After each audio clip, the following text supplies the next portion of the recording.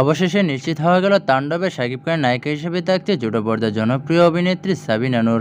এই সিনেমার হাত ধরে রূপালী পর্দায় পা রাখছে সাবিনা নূর। তাণ্ডবে সাবিলা বিষয়টি প্রকাশ্যে আসে সোমবার শুটিং চলাকালীন সময়ে কয়েক সেকেন্ডের ভিডিও ভাইরাল হওয়ার মাধ্যমে। জানা গেছে ঢাকা এফডিসির পর উত্তরবঙ্গের পুটিয়া রাজবাড়ি শুটিং চলাকালীন সময়ে শাকিবকে দেখতে শত শত লোক ভিড় করে। এতে ক্যামেরাবন্দি হয় শাকিবের সাথে সাবিনা নূর। এর আগে শাকিবের সাথে সাবিলার অভিনয়ের কথা শোনা গেলেও তার সত্যতা মেলেনি। এমনকি সাকিবের সিনেমা দেখে সাবিলা বাদ পড়েছে এমন খবরও প্রকাশ্যে এসেছে। এবার সবকিছু মিটিয়ে তাণ্ডবে সাকিবের নায়িকা হচ্ছেন সাবিলা নূর। যদিও এ নিয়ে সিনেমার পরিচালকরা এখনো মুখ খোলেনি। আসছে ঈদুল আজহায় রায়হান রাফির পরিচালনায় তাণ্ডব সিনেমা।